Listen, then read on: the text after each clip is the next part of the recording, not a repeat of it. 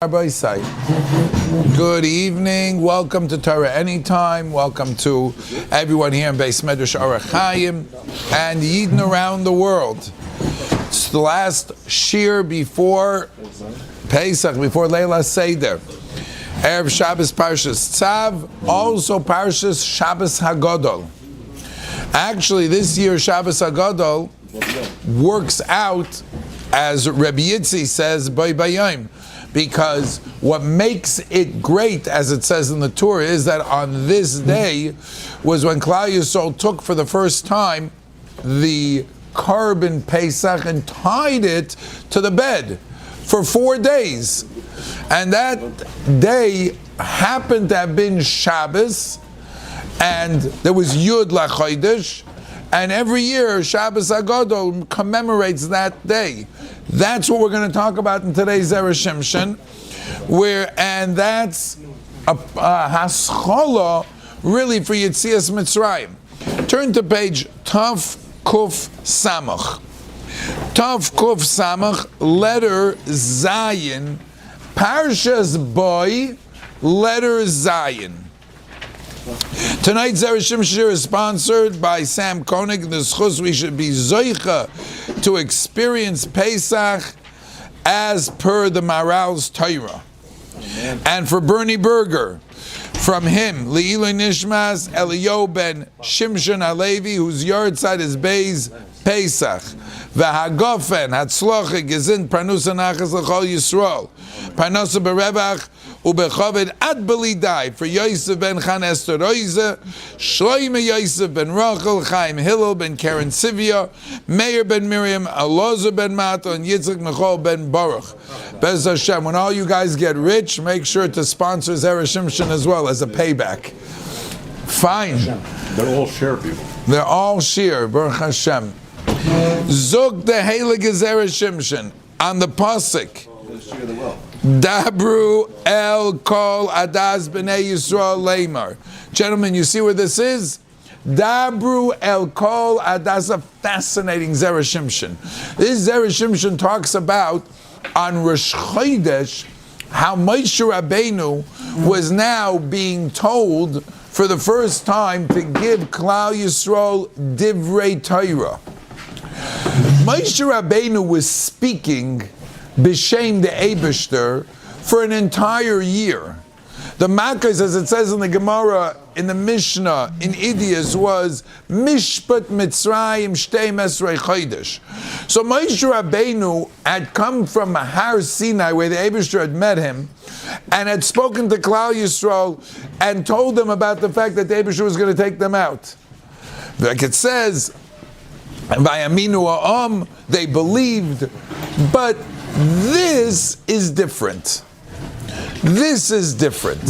This is Moshe Rabbeinu speaking divrei Torah. It's things are not exact. Up until now, Moshe Rabbeinu was coming month after month to warn Parai, 100%. Vayomer Hashem el Moshe. I'm reading from the Chumash, and we're going to focus on a Rashi. Vayomer Hashem el Moshe v'Aaron be'eretz Mitzrayim leimar hachodesh hazeh lachem roish chadoshim rishon hu lachem l'chotzer hashana. The first thing he told them was, it's Rosh Chodesh. Reb Jonathan, right here. Roish chadoshim. That's number one. Number two, Dabru el ben kol adas Yisrael lemer be'eser l'chodesh hazeh v'yikchu lehem ish sel lebeis avoy sel abayis. And the second halacha, after he said hachodesh hazeh lechem, he told them on Rosh Chodesh at that day, and that in that maimed, you should also inform Klal Yisrael about their job before Pesach. They've got to take the lamb, the avodah zarah of Mitzrayim, and they have to tie it to the bed. One of the reasons Chazal said it's called Shabbos Hagadol is because Klal Yisrael had to have guts. They had to stop being pushovers and being avodim, and they had to now stand up to to the Egyptians and take their getchka, their god that they're serving, and tie it to the beds. And the Egyptians were so intimidated, there's nothing they can do about it. But it certainly took courage from Bnei Yisrael to do that. They've been slaves for all these years, and now they were going to man up and make this not just talk. Take the egg, take this keves, take the carbon pesach, what they're serving, and you're going to go tie it to your bed now. And they're going to ask you about it. And they're going to say, what is this? And you're going to say, we're shechting it. That takes courage. Now you have to be a gadol. Now, how does the Torah say this? Dabru el kol adas Yisrael. Take a look. Pirish Rashi, v'chi Aharon medaber, is Aharon speaking? Now notice, Rashi is not being quoted in its entirety. The Zera Shimshon, or whoever wrote the Sefer, just gives us a little excerpt. So I want to read the entire Rashi so you can appreciate this shtickle of the Zera Shimshon. Rashi says as follows, Dabru. What do you mean, Dabru? How many people were speaking? V'chi Aaron medaber.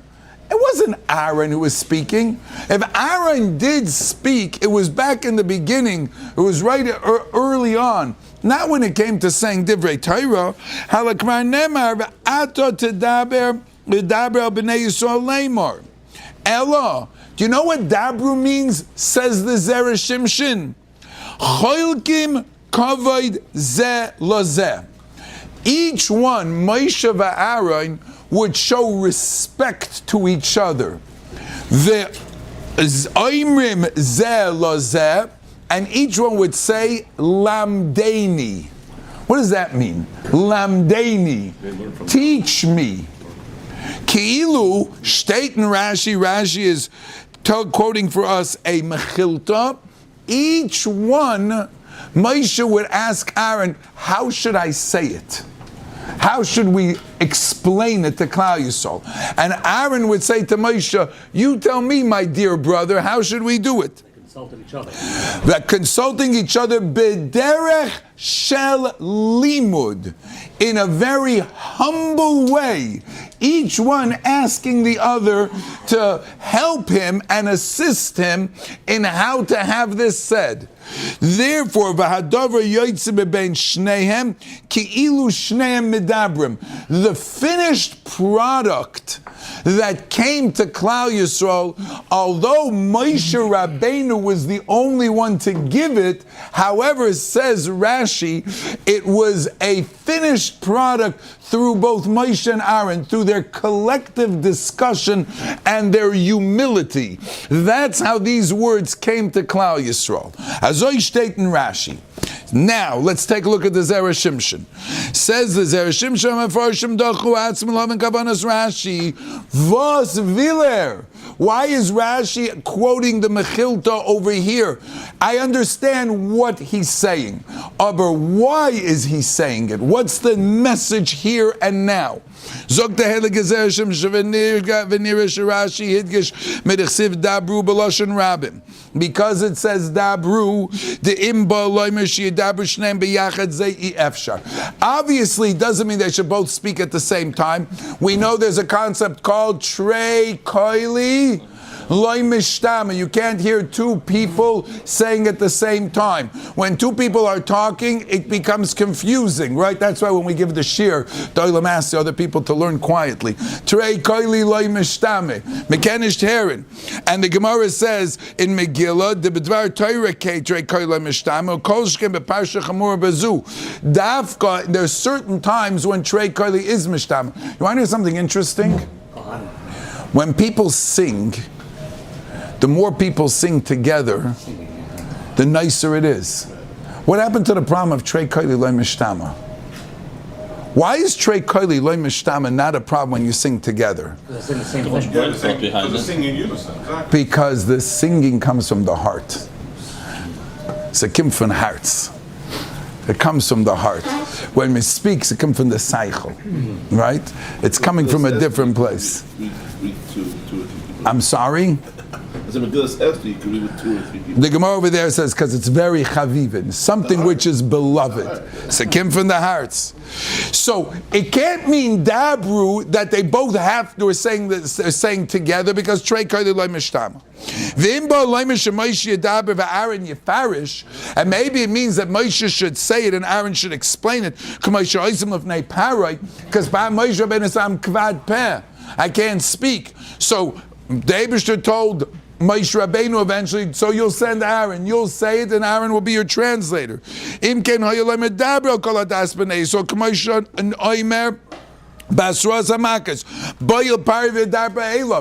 the Makkos, it doesn't say dabru.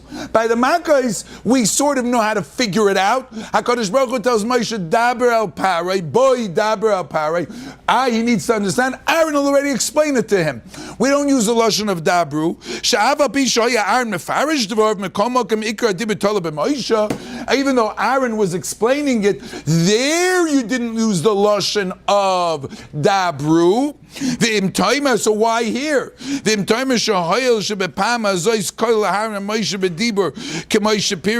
Maybe it's because Aaron and Moshe were included, like it says, maybe it's because, as we read a moment ago, since it said a lashon of them, therefore, you don't want to use a lashon of daber individually.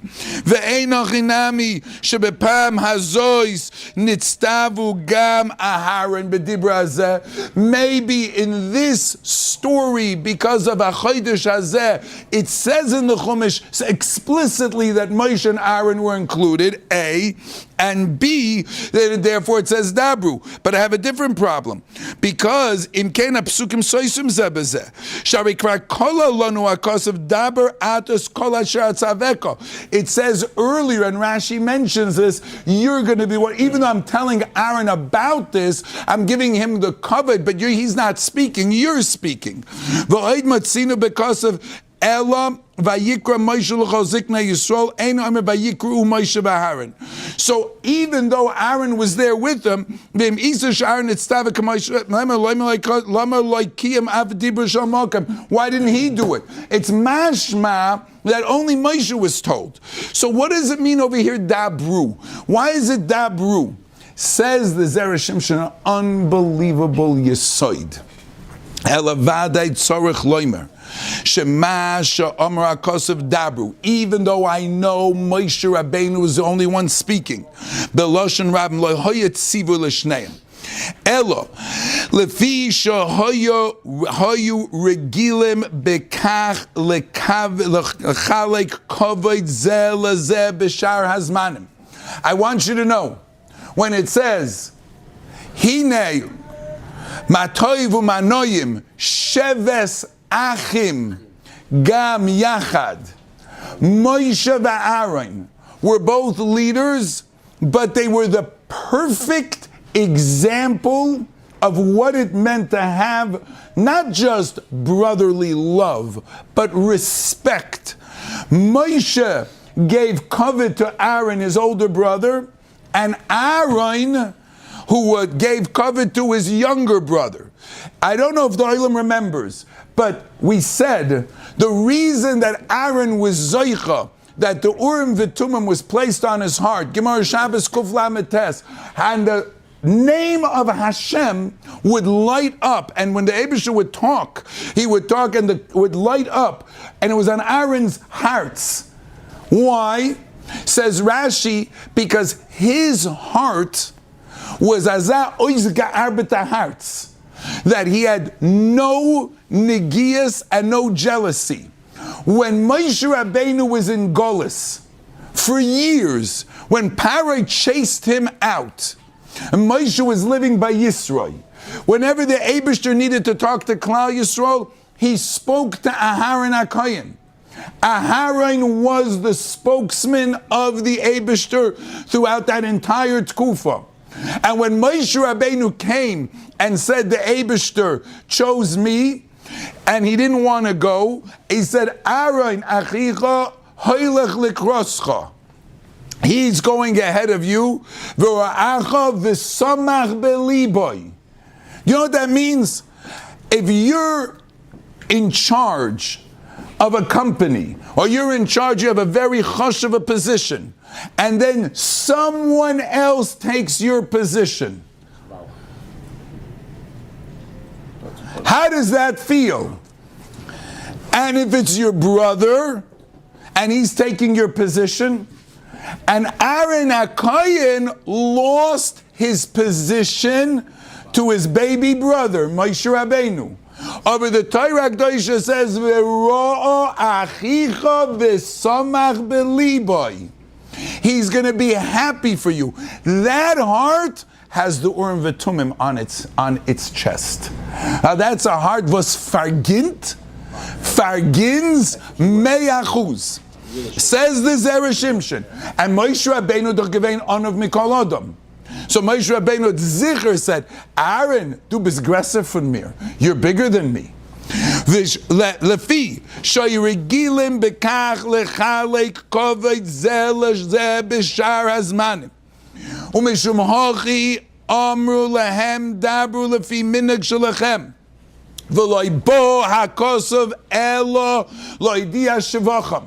The Torah Kedosha chose this place to teach us what Moshe Rabbeinu were all about.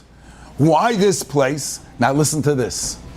As we mentioned in our introduction, what's unique about this parsha?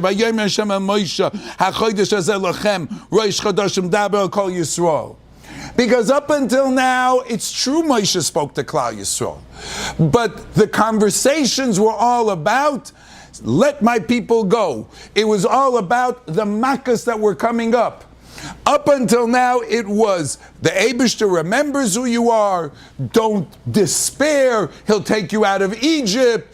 Look at the makkahs. This was a turning point. This is the first time that Moshe and Aaron are addressing Klal Yisrael as manhigim and teachers of Torah. This is the opening, like we saw a couple of weeks ago. So you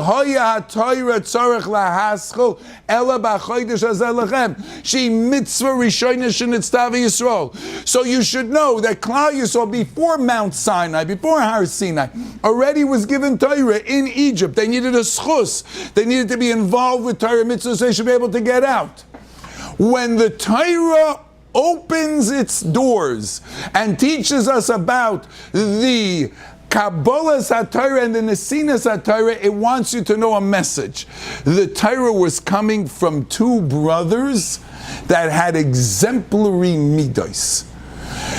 If you ever look in Klal Yisrael and you see who's the Gadol Hador, it's not the smartest, it's the biggest tzaddik. Find a Gadol in Klal Yisrael. Find a Gadol in Klal Yisrael who is the leader. You know, I was once asked by it might have been a Friar Yid, maybe it was he asked me, I think it was a rabbi in one of the Reform temples in Bridgeport. He said, how did they choose Rabbi Chaim Kanievski to be the leader of the Jewish people? There was a vote. So all of us say, vote? Nobody votes. So how does it happen? I said, it happens by osmosis. The big people rise to the top. And there's no foparai. People know who's Mekenish Machen. I don't want to say anything about leaders and foparais, but you know what I mean. Hakol yoidim. There's no, you can't fake it. There's nobody gets voted in. Either you are toichai kibarai, which means to say you are through and through a tzaddik. There's no white smoke. There's no white smoke, no black smoke, no white smoke, la havdol, yeah. No, it don't work that way. You don't vote. When did you have a go? The Chofetz Chaim was voted in. Right, Rebbe Yasha was voted in. They don't run away from it. They run away from it. They boireach from it. Right? Every gadol in Klal Yisrael, nobody's voted in. You rise to the top because of the Torah and because of their midos tovos, because they're tzaddikim. That's why they're the gadol. Our gedolim we value because of who they are as people. Now you have many, many brilliant Talmidei Chachamim. If they don't have even bigger midas, right? A person has a sach chachma, but who is gadol maseihem, right? Like it says in Perkei Avos, right? If you have, when is chachmasai miskayemes? When you have more maisim toivim than your chachma. That's the way it's miskayem. In the opening statement of Klal Yisrael's receiving the Torah from Moshe Rabbeinu, it doesn't say daber, it says dabru. Why? Because it's teaching us how Klal Yisrael was gebait on what kind of leaders, on leaders that gave each other such respect. There was such a kavod for Yenim. Why here? Because this is the beginning of that tkufa, of how it means and what it means to be a noisen atayr in Klal Yisrael. V'oid midachsiv dabro kol adas b'nei Yisrael leimer ma leimer yevshar leimer leimer lachem shakrak siv el kol adas Yisrael v'yevshar leimer leimer l'doyrish ar pesach mitzrayim bavad hoya. Therefore mishum hachi tzarich leimer beferish dabru leimer zeh lazeh, not to Klal Yisrael but to each other. Kifi aminik shalachem, like you,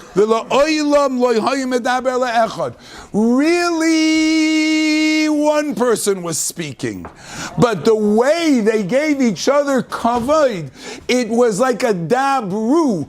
It was like together. When you heard Moshe Rabbeinu, you saw the respect. Was ist das negeit zu uns? I want to tell you gewaltige Zustand. The aside of the beginning of the Torah, of when Klal Yisrael left Mitzrayim, came as the Torah Kadosh, as the Zera Shimshon is telling us, Rashi is being mechadesh. It's talking about not the Torah, but the midos tovos, the kavod that they gave to each other. In Klal Yisrael, every Yid on Leil HaSeder has an opportunity to give kavod. To who? To where? How? Ho lachma anya da ochla avosana ba'ara de Mitzrayim. Ho lachma anya. Kol dichvin. Anybody who's hungry, bivakasha, come. Kol ditzrach. Anybody who needs. Meir Rabbi say, who are you talking to? You're talking to who? You. To yourself. You're asking the guests to come in. What do you mean? If you want to invite guests, do it today. Right, it's the famous old question. It's the famous old question. So what do we mean? What do we mean? What do you mean? Yeah, you're sitting at a Pesach program, you tell the guy from the other table to come over. Yeah. I never had that in Nesoyin. They said, they're in Nesoyin, b'chnish gahat. What are you doing? What are you saying when you say this? So listen to this, my Rabbi said. I once heard this from Rabbi Ruvain Leuchter. Who do you think, if there are people in Klal Yisrael that don't have a place at the Seder, who would they be? Homeless Jews. People who couldn't get their act together and they don't have a place to be. You know, we always want to have very choshev guests. Who's coming? This person, that person. Very nice. But how about a Yid whose mamish doesn't have where to be? Could you invite such a person?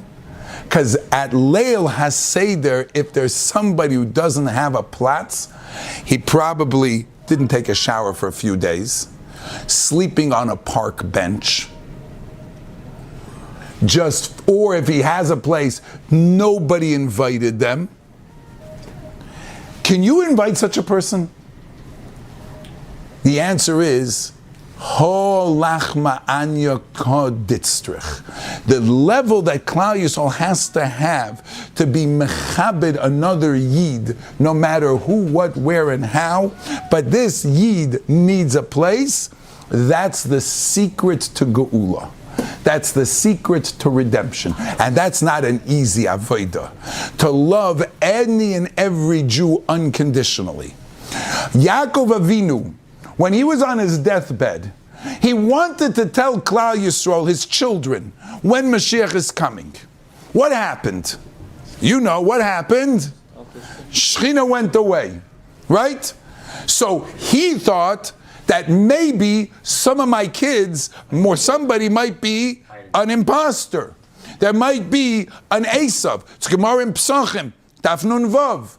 Shema yesh bachem Esav. Maybe like my father Yitzchak, who had an Esav, maybe there's somebody there who's not Toichei Kebarai. Maybe it's like Avram who had a Yishmael. What did they say to him? Shema Yisrael Hashem Elokeinu Hashem Echad. Shema, there he said, Yisrael, my father, our father, just Kemoisha Ein Belibcha Ela Echad, Kach Ein Belibenu Ela Echad. The reason you lost Ruach HaKodesh was not because of us. It's not because the Eibusher didn't want you to tell us when Mashiach is coming. But I once heard from my Rebbe Gavaldi Gezach. Afterwards, he gave all those brachas. That was said with Ruach HaKodesh. Everything that he said afterwards, like it says, right, he prophesied about Kairach, he prophesied about Shimshon, he saw Mashiach, so he did get back Ruach HaKodesh. How did the Ruach HaKodesh come back? You want to know how it came back? Because they were ba'achdus. And that's the answer of when Mashiach's coming. He let them know, you're going to bring it. You're going to bring it through your achdus. That's how it's coming back. Through you. When they said Shema Yisrael, they were on the same page, then the Shechina that had disappeared came back and they got their answer. I'm not telling you the date, but I'll tell you how to do it so that it comes whenever you're ready, with the achdus of being together.